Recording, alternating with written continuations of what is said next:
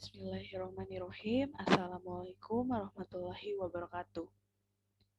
Perkenalkan, nama saya Nur Eka Pratiwi dan teman saya Natasha Istiqamah. Kami dari kelompok 6 akan membahas hasil riset yang telah kami lakukan, yaitu mengenai pengaruh efektivitas iklan terhadap perilaku konsumen e-commerce Shopee pada mahasiswa Universitas Negeri Makassar.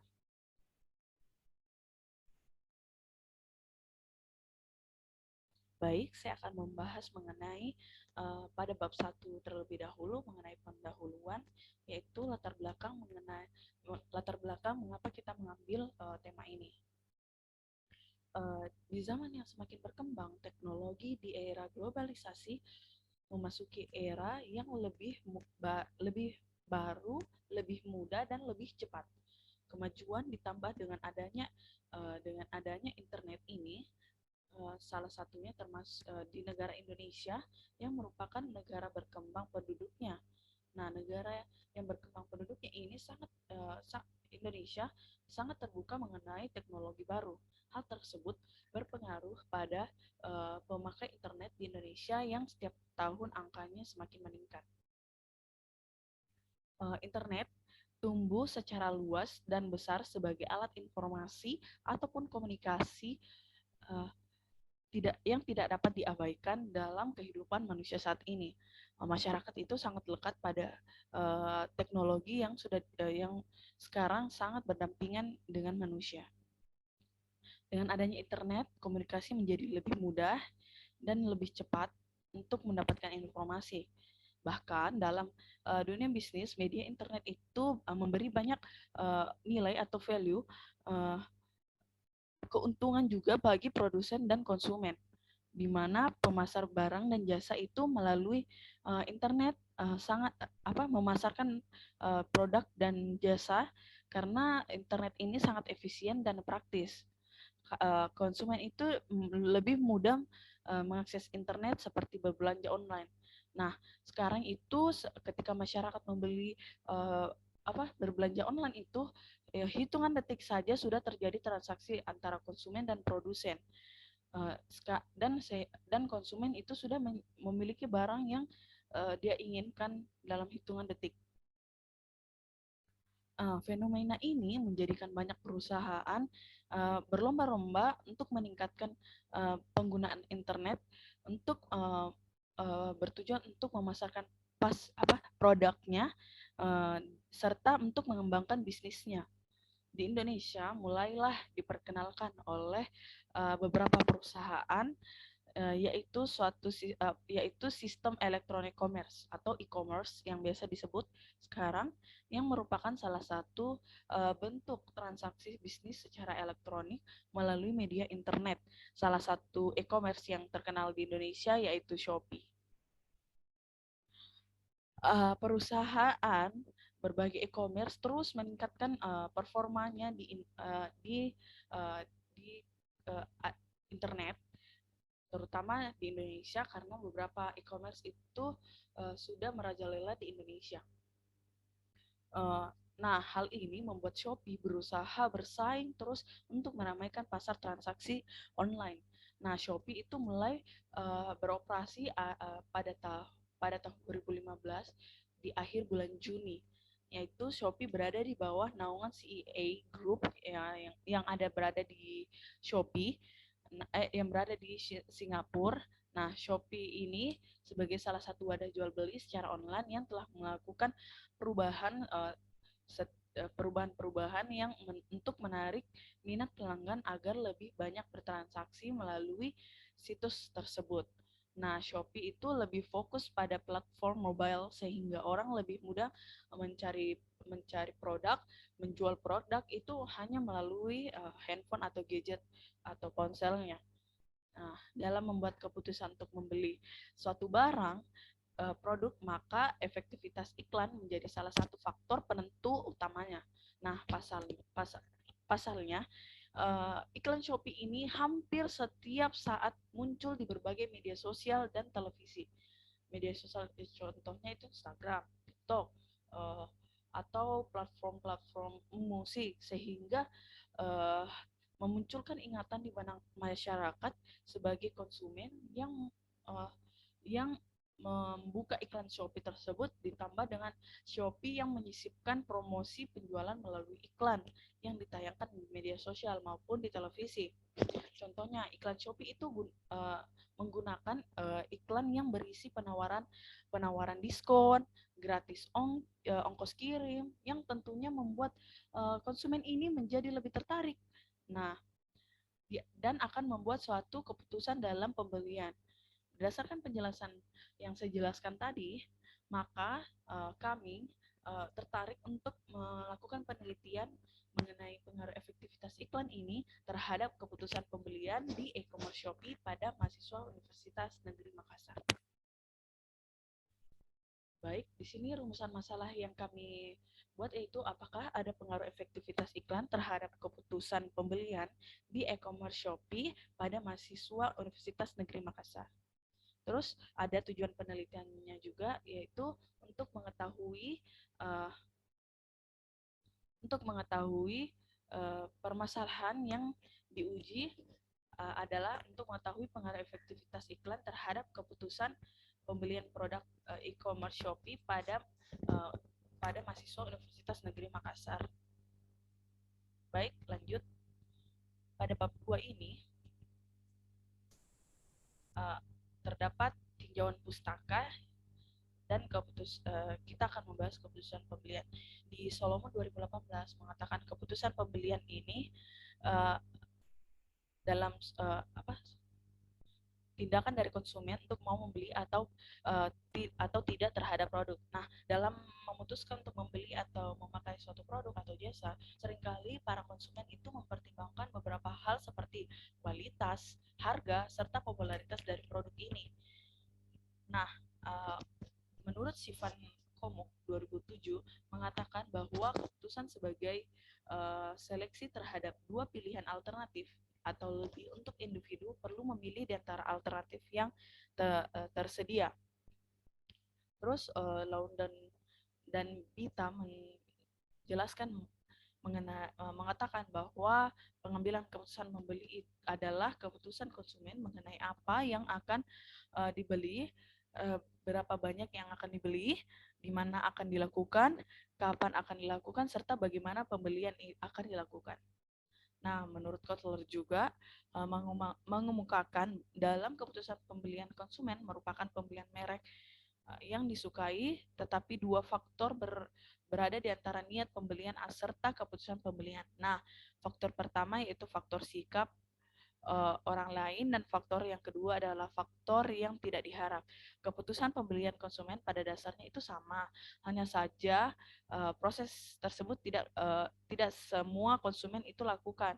Dasar dari proses pembelian ini diklarifikasi menjadi dua kelompok, yaitu konsumen akhir atau individual dan konsumen organisasional atau konsumen industri. Baik, di sini ada proses keputusan pembelian. Menurut Solomon itu mengungkapkan tahun 2018 mengungkapkan terdapat 4 tahap proses pengambilan keputusan, yaitu 1. Problem recognition, 2. Information source, 3. Evaluate alternative, 4. Product choice, serta post purchase evaluation. Pertama itu problem recognition atau pengenalan masalah. Di sini, tahap ini individu itu akan menyadari atau mengenali permasalahan atau kebutuhannya. Jadi orang itu membeli suatu produk itu mengetahui apa kebutuhannya. Jadi dia membeli barang sesuai dengan kebutuhan yang dia butuhkan. Nah, kebutuhan ini dapat terjadi karena adanya dorongan dari internal maupun eksternal. Selanjutnya nomor 2 itu ada information source. Information source atau pencarian informasi adalah proses saat individu itu melakukan survei terkait produk atau jasa yang diperlukan untuk menyelesaikan masalahnya. Konsumen akan melakukan pencarian informasi secara lebih teliti ketika konsumen itu belum pernah mengetahui produk tersebut. Nah, beberapa orang itu kayak mau beli suatu barang atau produk, dia cari dulu mengenai produk ini apa ya benefit yang dia dapatkan, seperti itu. jika membeli produk itu. Terus evaluate alternatif atau mengevaluasi alternatif. Jadi setelah mengumpulkan informasi yang tadi saya jelaskan mengenai produk-produk yang diinginkan, tahap selanjutnya adalah melakukan evaluasi evaluasi terkait pada produk tersebut. Nah, evaluasi mencerminkan keyakinan serta sikap yang mempengaruhi perilaku pembelian konsumen. Nah, evaluasi alternatif ini terdiri dari 2 tahap, yaitu menetapkan tujuan pembelian dan menilai serta mengadakan seleksi terhadap alternatif pembelian.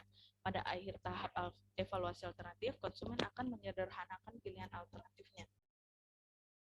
Baik, keempat yaitu product choice. Product choice ini memilih produk atau product choice atau memilih produk. Setelah mengumpulkan mengevaluasi produk-produk yang mengumpulkan informasi dan mengevaluasi produk yang sudah dia gunakan. Tahap keempat ini konsumen memilih salah satu di antara alternatif yang telah mereka evaluasi. Pada tahap ini konsumen akan memilih produk yang cocok untuk memenuhi kebutuhan serta kemampuan yang dimilikinya hingga akhirnya konsumen itu membeli suatu produk tersebut. Sama dengan post purchase evaluation, yaitu evaluasi pasca pembelian. Jadi tahap ketika konsumen itu menilai produk yang telah ia beli. Setelah konsumen membeli produk, konsumen akan merasakan berbagai tingkat kepuasan atau tidak kepuasan pada produk tersebut setelah dia gunakan. Nah, konsumen itu mungkin merasa produk yang telah dia beli itu tidak sesuai dengan harapannya, seperti harga yang terlalu mahal atau tidak dapat memenuhi kebutuhannya secara penuh. Baik, selanjutnya faktor-faktor mempengaruhi keputusan pembelian. Nah, ini faktor-faktor mempengaruhi keputusan pembelian menurut Kotler dan Armstrong tahun 2012 menyatakan terdapat 5 yang dapat mempengaruhi keputusan pembelian konsumen. Pertama, merek. Kedua, waktu pembelian. 3, pilihan produk. 4, jumlah pembelian. Serta 5, pilihan saluran pembelian. Nah, pemilihan merek ini memutuskan merek dari suatu produk yang akan dibeli. Nah, hal ini dikarenakan setiap merek itu memiliki ciri khas yang khusus, sehingga penting bagi pemasar untuk mengetahui cara konsumen untuk memilih sebuah merek. Para konsumen dapat melihat suatu merek dari 3 sudut pandang, yaitu kebiasaan pada merek, seperti memilih suatu produk dari merek tertentu karena konsumen itu sudah terbiasa menggunakan merek itu. Terus kedua itu kesesuaian harga, jadi konsumen itu memilih suatu merek menyesuaikan dengan kemampuan dari konsumen tersebut. Terus ketiga yaitu ketertarikan pada produk, ketertarikan pada merek. Ketertarikan pada merek ini memiliki perbedaan tersendiri dan memiliki ketertarikan tersendiri. Nah, ketika konsumen tertarik dengan citra merek tersebut karena sesuai dengan kebutuhannya, sesuai dengan keinginannya, maka konsumen itu akan membeli merek tersebut.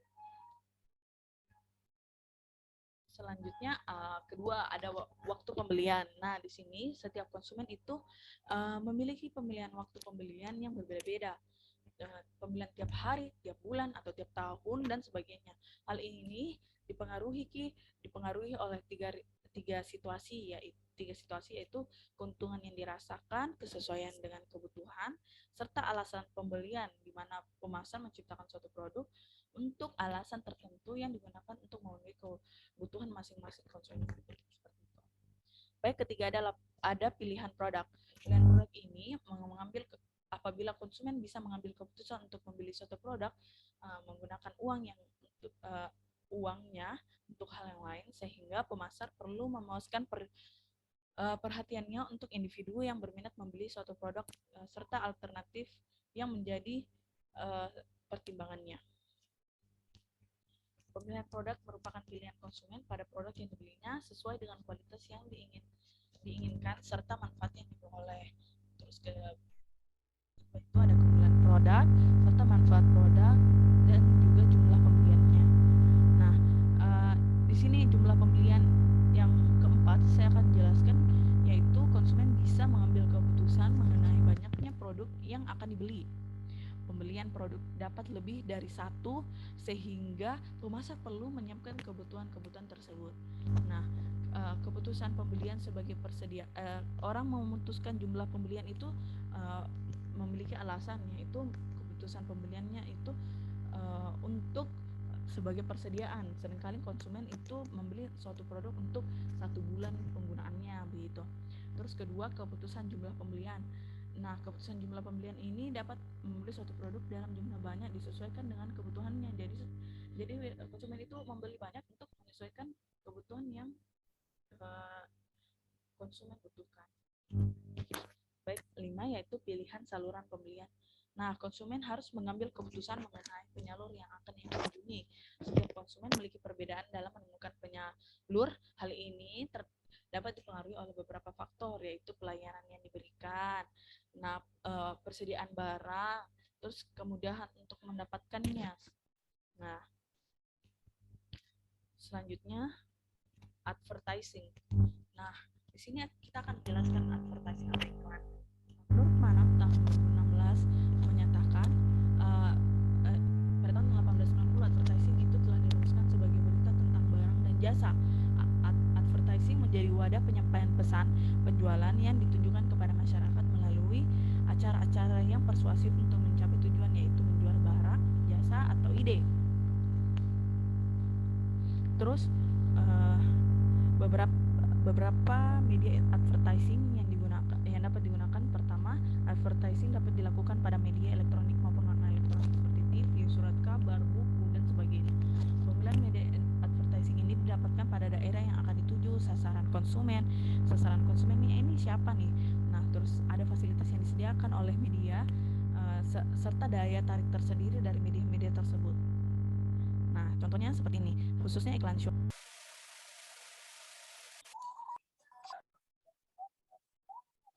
Nah, itu salah satu iklan Shopee yang mereka gunakan untuk memasarkan memasarkan penggunaan Shopee. Baik, di sini teknik advertising yang berkembang saat ini yaitu pada Solomon tahun 2018, menurutnya ada product placement atau penempatan produk.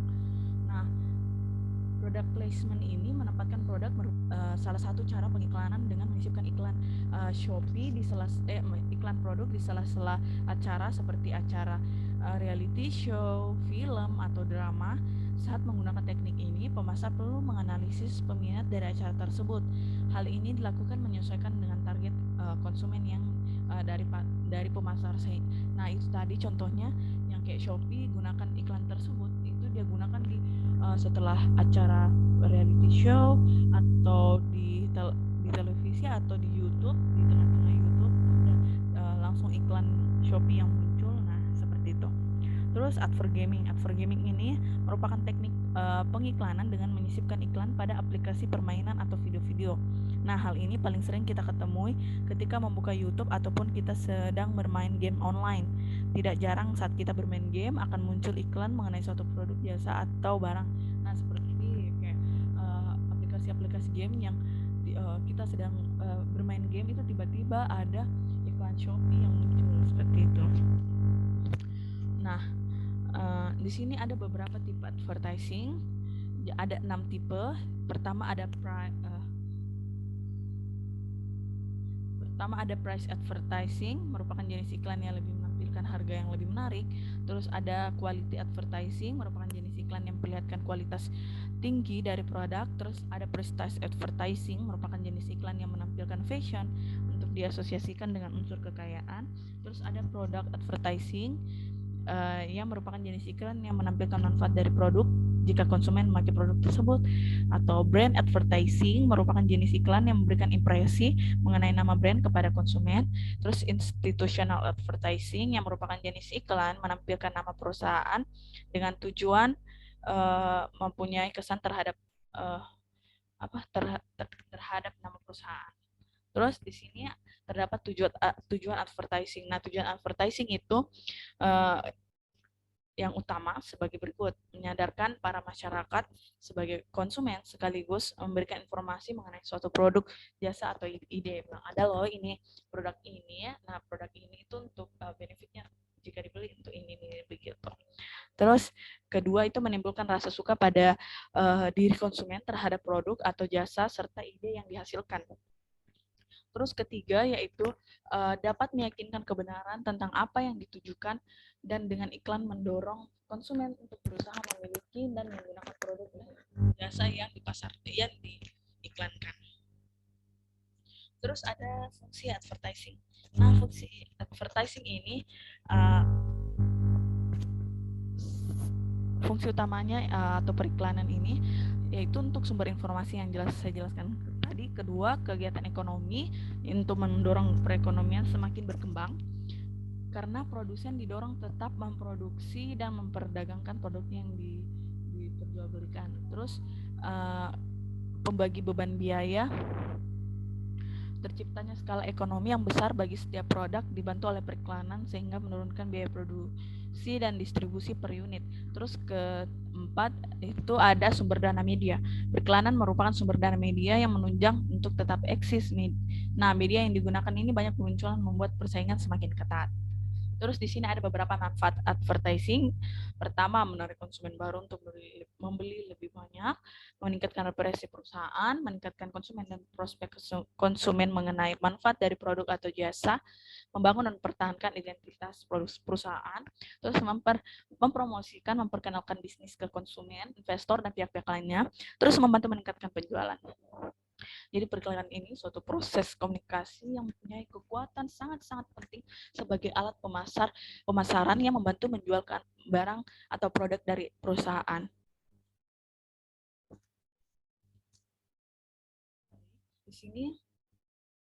Di sini ada beberapa studi penelitian terdahulu. Ada bisa dibaca, ada beberapa judul atau peneliti terdahulu yang sudah meneliti mengenai citra merek, pengaruh iklan, promosi penjualan di televisi, pengaruh periklanan terhadap keputusan pembelian minuman, pengaruh periklanan promosi penjualan Oreo, atau pengaruh kualitas pelayanan, kualitas produk. Nah, baik, selanjutnya kita di metode riset. Nah, pada metode survei dengan menggunakan kuesioner untuk mengumpulkan data atau informasi. Nah, survei merupakan suatu cara untuk mengumpulkan informasi dari sejumlah besar individu dengan menggunakan kuesioner, interview, dan dengan melalui pos atau by email maupun telepon. Nah, tujuan dari penelitian survei ini untuk menggambarkan karakteristik dari populasi. Baik, selanjutnya di sini ada populasi dan sampel. Nah, populasi dalam penelitian yang kami gunakan yaitu mahasiswa aktif S1 Universitas Negeri Makassar angkatan 2015 sampai 2021 yang masih terdaftar sebagai mahasiswa aktif. Sampelnya itu mahasiswa Universitas Negeri Makassar minimal 30 orang. Baik, di sini ada teknik-teknik pengumpulan data. Pengumpulan data itu kami gunakan dengan metode kuesioner. Kuesioner yang dibagikan itu melalui platform Google Form yang kemudian disebarkan kepada mahasiswa yang memenuhi kriteria dari penelitian ini. Kuesioner pada penelitian ini berisi pernyataan akan dijawab responden dengan menggunakan pengukuran skala Likert. Yang salah, sangat setuju, begitu. Sangat tidak setuju. Terus pengolahan datanya responden kami olah dengan menggunakan SPSS, Statistical Product and Service Solution, Multivariate versi 25. Nah, di sini ada beberapa analisis dan pembahasan serta profil responden pada bab 3. Di sini yang mengisi itu laki-laki berjumlah 5, perempuan berjumlah 27, sehingga jumlahnya itu 32 orang. Terus usianya ada 20 tahun, 21 tahun, 22 tahun. Terus fakultas yang mengisi itu fakultas psikologi, MIPA, ya, dan lainnya. Presentasi psikologi itu 40%, MIPA 43%, lainnya itu 17%. Baik, di sini hasil dari uji asumsi, uji normalitas menggunakan teknik penelitian Kolmogorov-Smirnov dan Shapiro-Wilk. Nah, kriteria keputusan uji normalitas ini apabila nilai signifikansi lebih besar dari 0,05, maka data tersebut berdistribusi normal. Sedangkan jika kurang dari 0,5, maka data tersebut berdistribusi normal. Baik, selanjutnya saya akan memberi, persilahkan teman saya untuk membahas selanjutnya. Terima kasih. Baik, selanjutnya mengenai bab 4, yaitu analisis dan pembahasan. Yang pertama, profil responden. Nah, responden yang kami miliki adalah sebanyak 32 orang. Ketika kita kategorikan, pertama kategori pertama menurut usia, terdapat 19% laki-laki dan 84% perempuan. Di mana di sini kita bisa melihat bahwa mayoritas yang mengisi survei kita adalah perempuan. Yang kedua, menurut fakultasnya sendiri, terdapat dua fakultas yang mendominasi, yaitu psikologi dan FMIPA. Psikologi sebanyak 13 orang dan FMIPA sebanyak 14 orang. Nah, untuk fakultas lain ini bisa di luar FMIPA dengan psikologi, yaitu fakultas ekonomi, fakultas pendidikan, sebanyak 17%. Dan ketiga, menurut usia, di mana rentang usia yang mengisi respon survei kami dari usia 20 tahun hingga 22 tahun. Nah, yang mendominasi adalah usia 21 tahun sebanyak 16 orang, terus sekitar 50% dari jumlah responden kami. Selanjutnya mengenai analisis data. Sebelum kita menganalisis data, kami melakukan uji asumsi. Uji asumsi yang kami lakukan adalah yang pertama adalah uji normalitas. Teknik yang digunakan untuk menguji normalitas data pada penelitian adalah teknik Kolmogorov-Smirnov atau Shapiro-Hill. Kriteria keputusan uji normal ini adalah jika nilai signifikansi lebih besar dari 0,05, maka data tersebut berdistribusi normal. Sedangkan jika kurang dari 0,05, maka data tersebut tidak berdistribusi normal. Berdasarkan hasil uji Kolmogorov-Smirnov dan Shapiro-Hill, kedua nilai signifikan yaitu 0,200, 0,200 dan 0,895, lebih besar dari 0,05, sehingga dapat dikatakan bahwa data tersebut berdistribusi normal. Selanjutnya, uji asumsi kedua adalah uji linearitas. Berdasarkan hasil uji linearitas yang kami lakukan, di sini didapatkan nilai signifikansinya adalah 0,241, di mana ini lebih besar dari 0,05, sehingga dapat dikatakan bahwa nilai data kami itu linear. Selanjutnya untuk uji hipotesis sendiri, kita menggunakan uji regresi linear sederhana. Hasil menjelaskan besarnya nilai korelasi hubungan R, yaitu sebesar 0,774, dan dijelaskan besarnya presentasi pengaruh variabel bebas terhadap variabel daripada yang disebut koefisien determinasi, yang merupakan hasil dari pengamatan dari output tersebut diperoleh koefisien determinasi atau R2 sebesar 0,599, yang mengandung pengertian bahwa pengaruh variabel bebas terhadap variabel terikat sebesar 59,9%, sedangkan sisanya dipengaruhi oleh faktor lain di luar faktor advertising tersebut. Nah, selanjutnya bab 5 atau kesimpulan dan rekomendasi. Nah, kesimpulannya, berdasarkan hasil penelitian yang telah dilakukan mengenai pengaruh efektivitas iklan terhadap e-commerce Shopee pada analisis Universitas Gadjah Makassar, maka ditarik kesimpulan bahwa terdapat pengaruh yang cukup positif dan signifikan antara efektivitas iklan semakin efektivitas iklan dengan keputusan pembelian, di mana ketika efektivitas iklan ini baik, maka keputusan pembelian akan meningkat. Sebaliknya, apabila efektivitas iklan ini menurun, maka keputusan pembelian akan berkurang. Nah, di sini kita melihat bahwa Shopee sendiri dalam mengefektivitaskan iklan ini, mereka membagikan informasi, mereka menggunakan beberapa media, dan mereka juga menggunakan beberapa sumber untuk mengiklankan suatu produk, sehingga bisa dibilang efektivitas ini cukup baik. Nah, untuk sarannya sendiri, untuk bagi Shopee atau perusahaan e-commerce-nya, eh, perlu diperhatikan penetapan merek serta meningkatkan kualitas iklan yang menarik dalam artian berisi iklan informatif, di mana di iklan tersebut menjelaskan apa sih produk tersebut, bagaimana produk tersebut, kegunaan produk tersebut, dan cara iklannya pun harus menarik perhatian konsumen. Untuk bagi calon pembeli sendiri, sebagai konsumen pun mampu melihat iklan atau media promosi yang menarik dan berkualitas, sehingga dalam memutuskan pembelian benar-benar tepat dan tidak tergesa-gesa dalam memutuskan pembeliannya sendiri, sehingga mendapatkan keuntungan bagi konsumen. Yang ketiga adalah untuk penelitian selanjutnya diharapkan dapat mengembangkan penelitian ini lebih luas dan mendalam, menggunakan populasi penelitian yang luas, serta hasil yang dapat digeneralisasikan secara mendalam. Mungkin hanya itu presentasi dari produk kami, kurang dan lebih mendengarkan. Wassalamualaikum warahmatullahi wabarakatuh.